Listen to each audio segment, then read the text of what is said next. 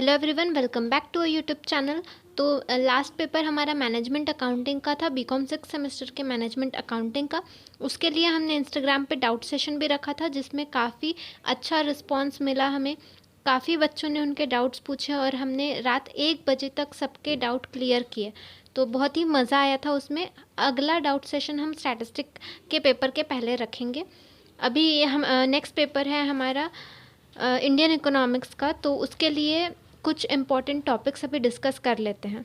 Economics में सारे definitions और मीनिंग्स अच्छे से पढ़ के जाना ही है। इसमें इसके बाद आपको सबसे इम्पॉर्टेंट अगर देखें तो national bank for agriculture and rural development, ये लेसन बिल्कुल स्किप नहीं करना है आपको। कोऑपरेटिव फार्मिंग, कोऑपरेटिव मार्केटिंग, इन सब के डेफिनेशंस अच्छे से पढ़ लेना है। और साथ ही कोऑपरेटिव मार्केटिंग में मेंबरशिप के बारे में देख लेना है। ऑर्डिनरी मेंबर क्या होता है, नेशनल मेंबर क्या होता है। साथ ही टाइप्स ऑफ कोऑपरेटिव मार्केटिंग भी देख लेना है। लो एग्रीकल्चरल प्रोडक्टिविटी में तीनों टाइप्स, यानी कि जनरल फैक्टर, इंस्टीट्यूशनल फैक्टर और टेक्नोलॉजी फैक्टर, तीनों में कौन कौन से फैक्टर में क्या क्या इंक्लूड है, ये ज़रूर देख के जाना है। एग्रीकल्चरल मार्केटिंग और फाइनेंस, इनका भी मीनिंग पढ़ के जाना है। साथ ही सोर्सेस ऑफ एग्रीकल्चरल फाइनेंस में आपको नॉन इंस्टीट्यूशनल सोर्सेस में क्या क्या आता है और इंस्टीट्यूशनल सोर्सेस में क्या क्या आता है, ये याद रखना है। 4 तरीके के आपको ऑप्शंस में ऑप्शंस दे दिए रहेंगे, उसमें से आपको पहचानना होगा कि ये नॉन इंस्टीट्यूशनल सोर्सेस इनमें से कौन सा है या फिर इंस्टीट्यूशनल सोर्सेस इनमें से कौन सा है। इसके बाद national bank for agriculture and rural development, ये पूरा का पूरा चैप्टर बहुत इंपॉर्टेंट है। इसमें आपको पूरा मतलब सभी कवर करना है, मीनिंग तो कवर करना ही है।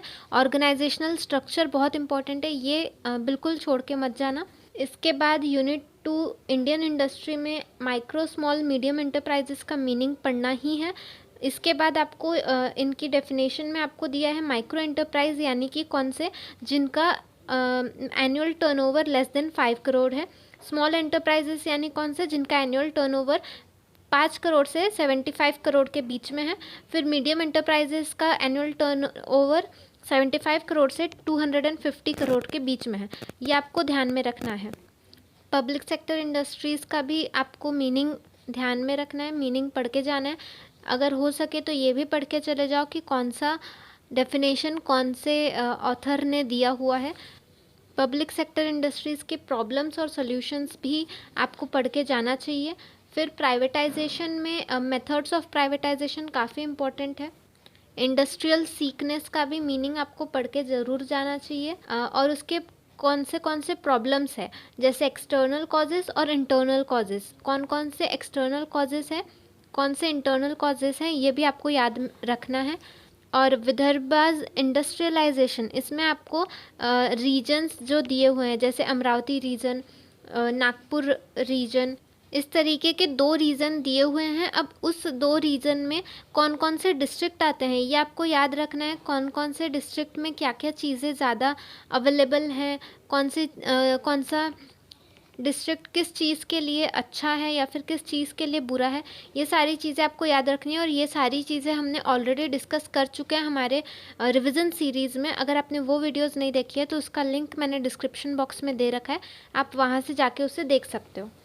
सबसे पहले तो अमरावती रीजन में अकोला डिस्ट्रिक्ट आता है, अमरावती डिस्ट्रिक्ट आता है, बुल्ढाना डिस्ट्रिक्ट आता है और यवतमाल डिस्ट्रिक्ट आता है। और नागपुर रीजन में कौन कौन से डिस्ट्रिक्ट आते हैं, नागपुर डिस्ट्रिक्ट, चंद्रपुर डिस्ट्रिक्ट, भंडारा डिस्ट्रिक्ट, वर्धा डिस्ट्रिक्ट और गढ़चिरौली डिस्ट्रिक्ट। इसके बाद यूनिट 3 में सर्विसेज सेक्टर इन इंडिया, इसमें आपको कंपोनेंट्स दिए हुए हैं सर्विसेज सेक्टर के, जैसे कि इकोनॉमिक सर्विसेज में क्या क्या आता है, सोशल सर्विसेज में क्या क्या आता है, ये सारी चीज़ें आपको पढ़ के जानी चाहिए। इसके बाद composition of India's foreign trade, ये आपको ज़रूर से पढ़ना चाहिए। बैलेंस ऑफ पेमेंट का मीनिंग आपको ज़रूर पढ़ना है। इसके बाद ये जो यूनिट 4 है, इसमें आपको सभी चीज़ बहुत इंपॉर्टेंट है। 4 टॉपिक दिए हुए हैं इसमें। 4 इकोनॉमिक थिंकर्स के बारे में दिया है, महात्मा गांधी जी, पंडित दीनदयाल उपाध्याय जी, डॉक्टर BR अम्बेडकर और डॉक्टर राम मनोहर लोहिया। इनका सभी कुछ आपको बहुत ही अच्छे से पढ़ लेना है। महात्मा गांधी जी के इसमें जो भी स्वदेशी मॉडल वगैरह के बारे में बताया है, सारी चीज़ें अच्छे से पढ़ लेनी है। पंडित दीनदयाल उपाध्याय में भी आपको इंटीग्रल ह्यूमनिज़्म और contribution in integral humanism and Indian economic policy, doctor B R Ambedkar के इसमें आपको economic upliftment of Indian women, nationalisation of industries, land reform, Indian currency problem, doctor Ram Manohar Lohia के इसमें आपको individual freedom, gender difference, solution to food scarcity, ये सारी चीज़ें दिखेंगी। ये सारी चीज़ें, ये सारे टॉपिक्स आपको कवर करने हैं, क्योंकि सबसे ज़्यादा इम्पॉर्टेंट टॉपिक, इम्पॉर्टेंट चैप्टर आपका यूनिट 4 ही है। उसके बाद फिर यूनिट 1, उसके बाद फिर यूनिट 2 और उसके बाद फिर यूनिट 3।